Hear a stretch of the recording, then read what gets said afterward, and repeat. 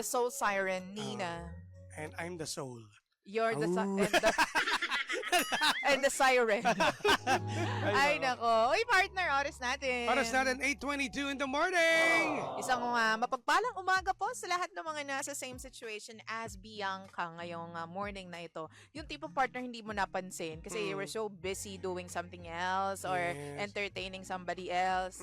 Actually, marami naman nakaka-experience niyan. Marami. Maraming na-guilty. At marami, nag-guilty, talaga nagsisi na sayang. Siya pala dapat. Ano ba yan? Nangyari na to sa'yo, partner? Hindi, halos lahat naman sinabi. Ay!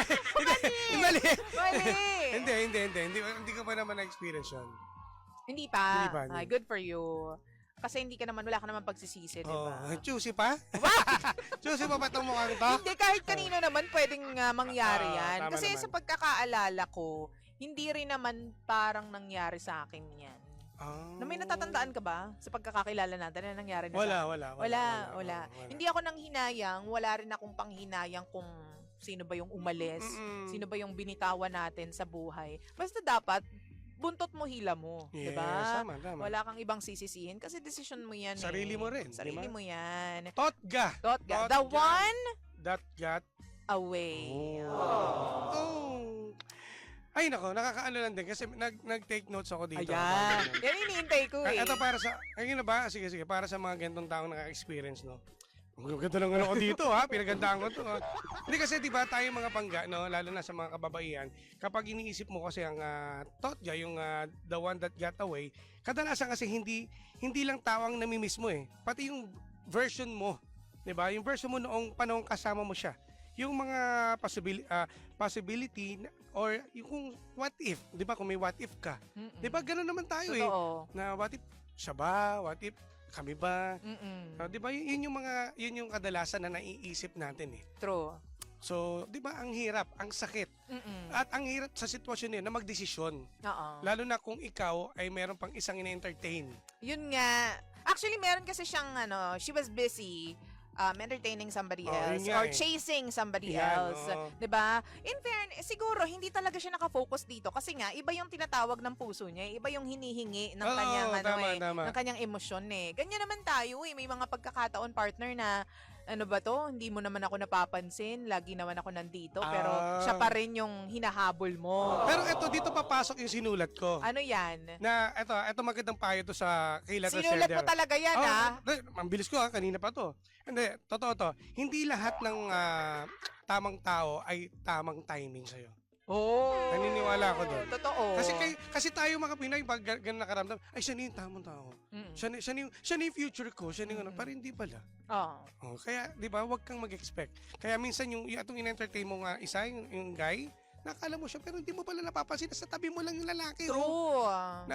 Di ba ang unfair ng mundo no, ng universe no. Ma-realize mo lang kapag wala na siya. True. Ang sakit sa part na yun. Kaya kung ano, dapat marunong ka rin kasi tumingin sa iba. Hindi lang naka-focus sa isa. Pansinin sa mga nasa paligid mo. Tingnan kung sino ba yung may care sa iyo. True. Yung talagang tinutulungan ka kapag sa panahon na ikaw may problema. True. Kaya minsan tatatandaan mo lagi yan. Ba't yung mga ganyan? Baka kala mo, pukpukin mo.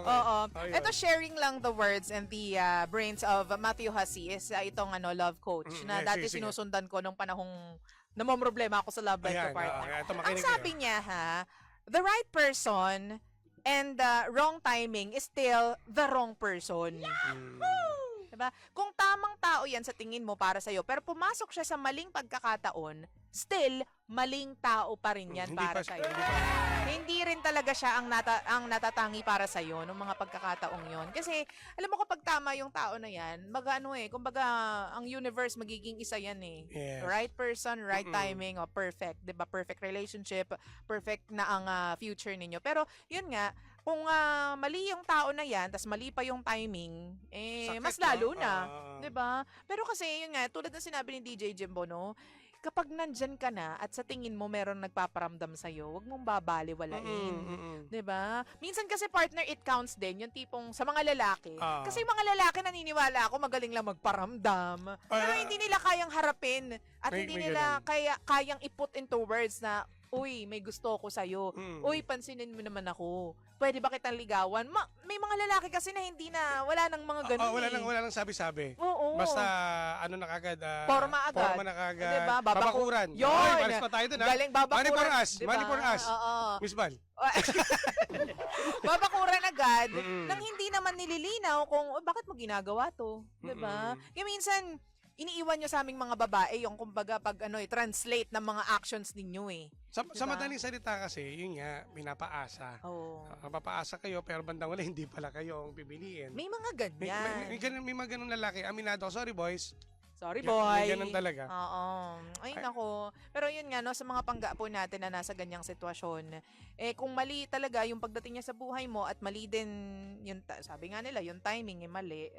Oo. Baka ngayon hindi pa pwede. Totoo. Pero in the next, who knows, 5 years, Malay 10 natin. years, Kung malay mo. wala naman, kung healthy naman yung samahan ninyo, I mean, wala pang matatapakan ibang relasyon, o di balik kayo pa sa dulo. Naniniwala kang ganun, baka sila magkatuluyan. Hindi pa naman asawa yung di ba, nagkaroon ng jowa yung... Hindi pa, magjowa pa lang malay sila. nyo naman, di ba?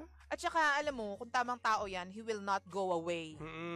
Diba? Hindi yan pupunta kahit saan, kung saan-saan. Maaring maiba lang ng konti yung kanyang direksyon, pero sa dulo ng usapang ito, kayo pa rin ang magkikita. Kayo pa rin ang magtatagpo sa finals. Or hindi na, kung hindi man kayo, or kung siya naman yung dawan, pero ang maganda dito, siya yung nagpabago sa'yo. Alam mo yun? Kahit papano, may Kahit nabago. papano. Hindi man kayo nagkatuluyan sa uli, pero at least kahit papano, merong naitulong at kumbaga may nagbago sa'yo. Nakatulong sa sa'yo na naging mabait ka. Dati masama ka.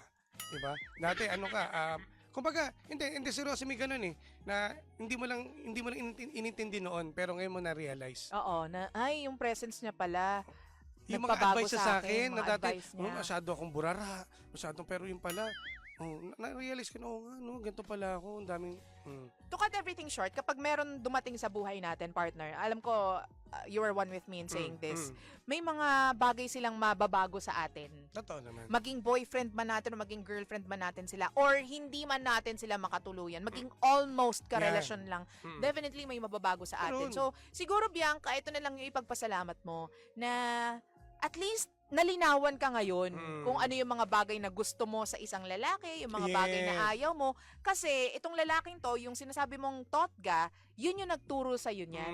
Na, ay, gusto ko pala yung tulad nitong si Totga na lagi akong kinakausap, laging nandyan para sa akin. Sweet, ganyan. Kasi kung hindi yan mag-a-arise sa buhay mo, hindi magiging clear ang vision mo. Correct. Diba? Siguro, kung hindi naging clear ang vision mo, diba, hinahanap-hanap mo pa rin at hinahabol-habol mo pa rin yung lalaking nagsayang lang ng oras mo. Yan. Diba? At least ngayon na-realize mo na, ay, ayoko pala ng ganun, ayoko pala ng pinapahabol ako. Ang gusto ko pala is yung laging nandyan pag kailangan ko. Hindi ka iniiwan sa ere. Hindi ako iniiwan sa ere. Tsaka ang bottom line nito kay letter sender, huwag kang atat. Oh my God. Di ba atat ka kasi busy-busy ka doon sa isang taong wala naman palang kwenta. Yun. Ngayon. Ngayon sisisi ka. Ngangay. Loka. Ay, mali. Mali. Ngayon, lesson learned. Oo, lesson learned. Hindi pa naman huli ang lahat, no? Oo. Malam mo, meron naman talagang dawan na naghihintay sa'yo. Oo. Naniniwala kami dyan. Oo, linisin mo lang yung backyard mo siguro, yung parking space mo ng mga emosyon. Tapos, pag tama na yung oras, dadating at ibibigay yan sa'yo. Mahanap ka rin ng the right one. Tama. mo. Kaya, huwag kang manghinayang. True. Marami pa dyan, Diyos ko. Oo. Sino ba? Ang dami. Bigyan mo. Bigyan natin. Teka, wait lang. Wala. Naging ano ko papasang. Oh, yan. Ay, sandali lang ha. Partner, yung mga comments po ng mga pangga natin ay babasahin natin online. Kaya naman tumutok na po kayo sa Energy FM 1067 sa Facebook. Sa TikTok, Energy FM 1067. At sa mga nasa radyo po, magpapaalam po muna kami, mga pangga. Happy weekend. Happy weekend sa po. partner. Happy weekend, partner. Happy weekend na po. kasama niyo po. Charot lang. Monday. Oy, naku, magsama-sama po ulit tayo next week. Pero syempre, thank you very much sa pagtutok at pagkantabi sa amin ni Jimbo kanina pang alas 4 ng nagmamagandang umaga. Kaya abangan po sa Lunes ulit. Panibagong storya ang ating pag-uusapan. Kaya tutok lagi, Pangga. Syempre naman, tayo pa rin po ang number 1, 6.7 Energy FM. Pangga mong sabing radyo. Sabihin mo, Energy! DJ Lindsay at DJ Jimbo.